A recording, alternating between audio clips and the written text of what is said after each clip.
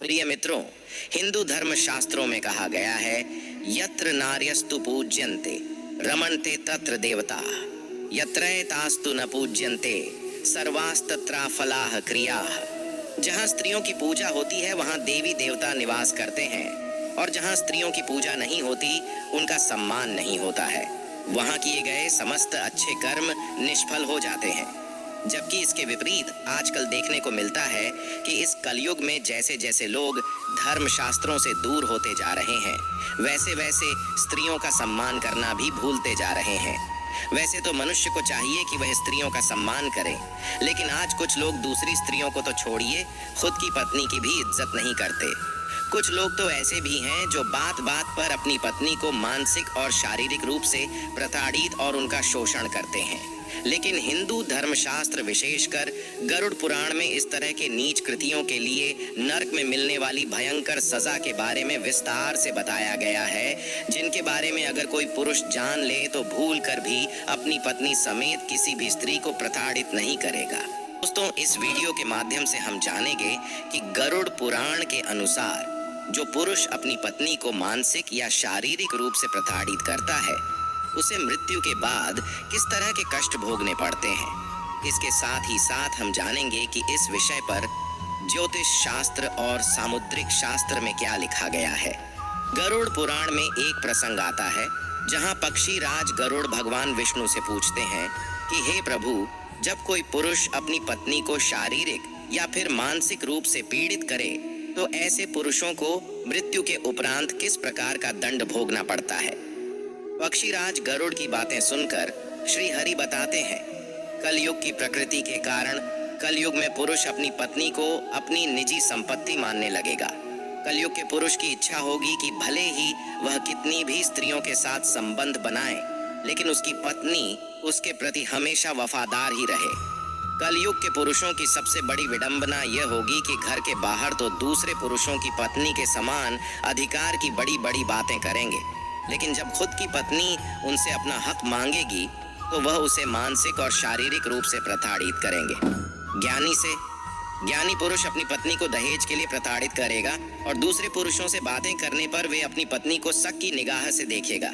और कुछ पुरुष तो सारी सीमाएं पार कर अपनी ही पत्नी का बलात्कार करेंगे, और यहाँ तक कि हत्या करने से भी पीछे नहीं हटेंगे। ऐसे मूर्ख मनुष्य अज्ञानता वह यह भी जान नहीं पाएगा कि वह जीते जी अपनी पत्नी के साथ जो सारे कुकृत्य कर रहा है, मृत्यु के बाद उसे कितने जन्मों तक इन कर्मों का फल भुगतना होगा। जो पुरुष द्वेष, ईर्ष्या, दहेज या फिर पुत्र की प्राप्ति न होने के कारण अपनी पत्नी को छोड़ देता है, ऐसे पुरुषों को कई जन्मों तक चक्रवात पक्षी बनकर रहना पड़ता है।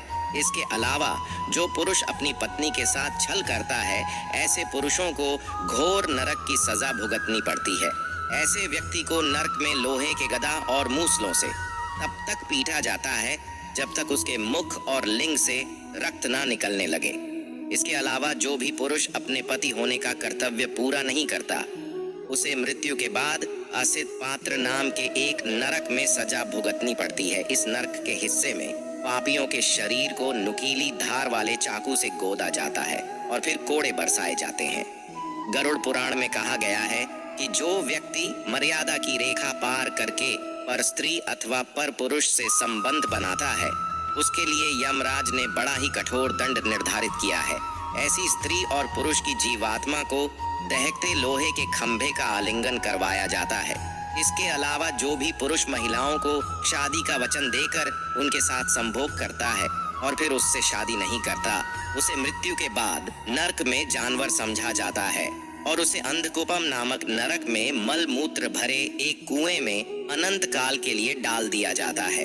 इतना ही नहीं, जो पुरुष अपनी पत्नी को अपमानित करता है या फिर उसका उत्पीड़न करता है, उसे मृत्यु के बाद यमदूतों द्वारा कलसूत्रम नामक नरक में ले जाया जाता है, जिसके बाद चलते हुए लावे पर दौड़ाया जाता है। ऐसे पुरुष के साथ वही व्यवहार किया जाता है जो जीवित रहते हुए उसने अपनी पत्नी के साथ किया था। इतना ही नहीं, जो भी पुरुष अपनी पत्नी के साथ गलत व्यवहार करता है या फिर प्रकृति के विपरीत जाकर उससे संबंध बनाता है, मृत्यु के बाद ऐसे पुरुषों के जननांगों को काट दिया जाता है और उस स्थान पर लोहे से बनी भारी गदा को गर्म करके लगा दिया जाता है। और जो पुरुष अपनी पत्नी के साथ संभोग करते समय जानवरों के जैसा बर्ताव करता है, ऐसे पुरुषों को मृत्यु के बाद मूत्र, रक्त, मवाद, बलगम, जहरीले कीड़े और जानवरों के बीच सजा भुगतने के लिए छोड़ दिया जाता है। इतना ही नहीं, जो पुरुष अपनी पत्नी के साथ संबंध बनाते समय उस पर अत्याचार करें या फिर पत्नी को संबंध बनाने के लिए मजबूर करता है, तो मृत्यु के बाद ऐसे पुरुषों को वीर्य की नदी में डाल दिया जाता है, जहां उसे अपनी भूख मिटाने के लिए वीर्य का ही सेवन करना पड़ता है।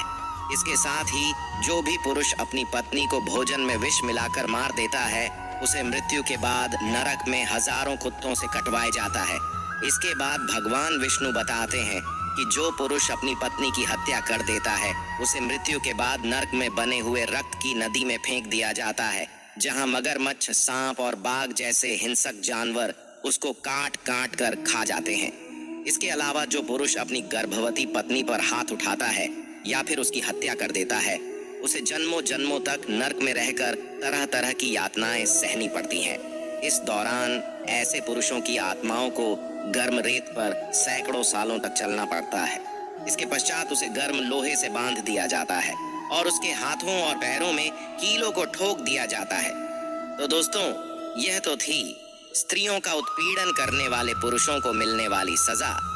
ज्योतिष शास्त्र के अनुसार पत्नी या स्त्री का उत्पीड़न करने वालों के साथ इस संसार में क्या होता है?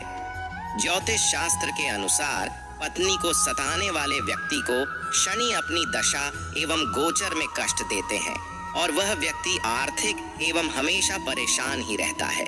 जिनकी कुंडली में शनि अशुभ स्थिति में है, इसकी कमी लाने के लिए पत्नी को प्रसन्न रखना चाहिए। कोई भी महत्वपूर्ण कार्य में पत्नी का सहयोग जरूर लेना चाहिए। ऐसा करने से शनि देव प्रसन्न होते हैं और तरक्की के मार्ग में आने वाली बाधा दूर हो जाती है। शास्त्रों के अनुसार जिन लोगों को छोटी छोटी बातों पर पत्नी को ताना मारने की आदत होती है, उनके घर से समृद्धि चली जाती है और घर में अकाल का वातावरण बन जाता है। धर्म ग्रंथों में पत्नी को लक्ष्मी स्वरूप माना गया है, इसलिए इन्हें ग्रह लक्ष्मी के नाम से भी संबोधित किया जाता है। जहां ग्रह लक्ष्मी का अपमान होता है और स्त्रियां आंसू बहाती हैं, उस घर में लक्ष्मी नहीं ठहरती। इसके विपरीत जहां गृह लक्ष्मी की हंसी घूमती है, उसे घर में लक्ष्मी टिक कर रहती है और दिन दूनी रात चौगुनी तरक्की होती है। इतना ही नहीं, घर की लक्ष्मी से लड़ाई सपने में भी अच्छी नहीं होती। सामुद्रिक शास्त्र के अनुसार सपने में पत्नी से झगड़ते देखना शुभ संकेत नहीं माना जाता है। यह दर्शाता है कि आप पारिवारिक जीवन में कई परेशानियों से घिरे हुए हैं। आने वाले समय में आपको और भी बुरे हालातों से गुजरना पड़ सकता है। दोस्तों, हिंदू धर्म में स्त्रियों को सम्मान देने की बात कही गई है, लेकिन आज इसके विपरीत ही देखने को मिलता है। भगवान कृष्ण कहते हैं कि इस मृत्यु लोक में कर्म ही प्रधान है, इसलिए हमें हमेशा उचित कर्म ही करना चाहिए। उम्मीद करता हूं कि आपको समझ में आया होगा कि पत्नी को प्रताड़ित करने वालों के साथ इस जगत में और मरने के बाद नरक में क्या क्या सजा भोगनी पड़ती है। अगर यह वीडियो आपको अच्छी लगी हो तो वीडियो को लाइक करें और अपने मित्रों को शेयर करें।